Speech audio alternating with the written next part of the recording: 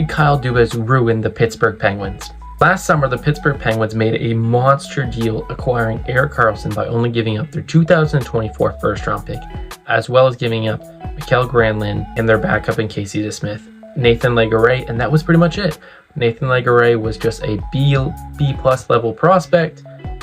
You look at their first-round pick, they were projected to be good, and now we're here. It's 2024. The Pittsburgh Penguins are not very good. They are in the bottom half of the league, looking at the 11th to 10th selection of the 2024 NHL entry draft. Pick that they have this year is top 10 protected.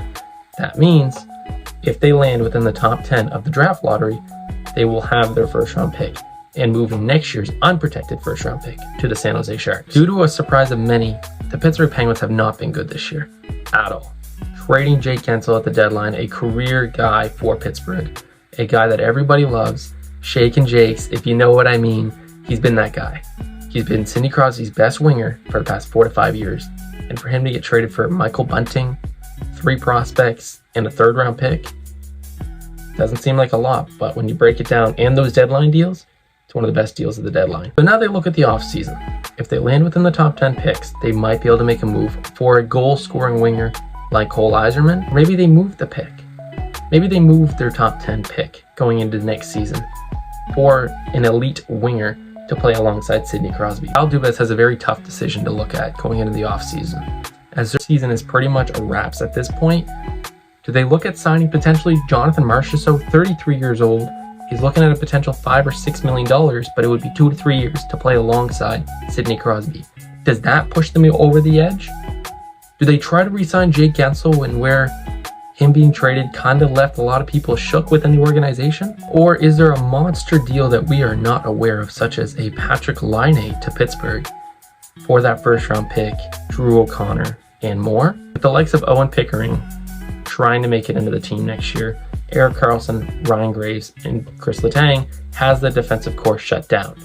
The biggest question going into next season for Pittsburgh is not who's on the team. It's not who's in the net. Their power play.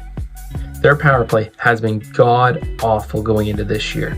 Throughout the year, it has been the worst power play in the NHL. Statistically, bottom 10, but due to the talent on the team, there is absolutely 0% chance that that team should have that bad of a power play. When you have the likes of Sidney Crosby, Evgeny Malkin, Jake Guentzel, Brian Rust, Erik Karlsson, Chris Letang, and more, and you can't score, is it the likes of Karlsson and Letang not getting along? I think that argument is not even valid.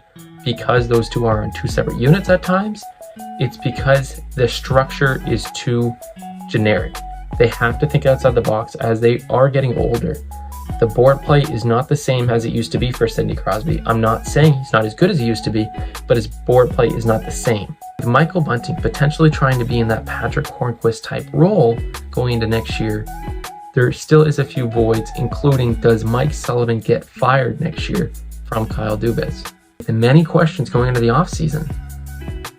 There is no reason why the Pittsburgh Penguins should be this bad again next year.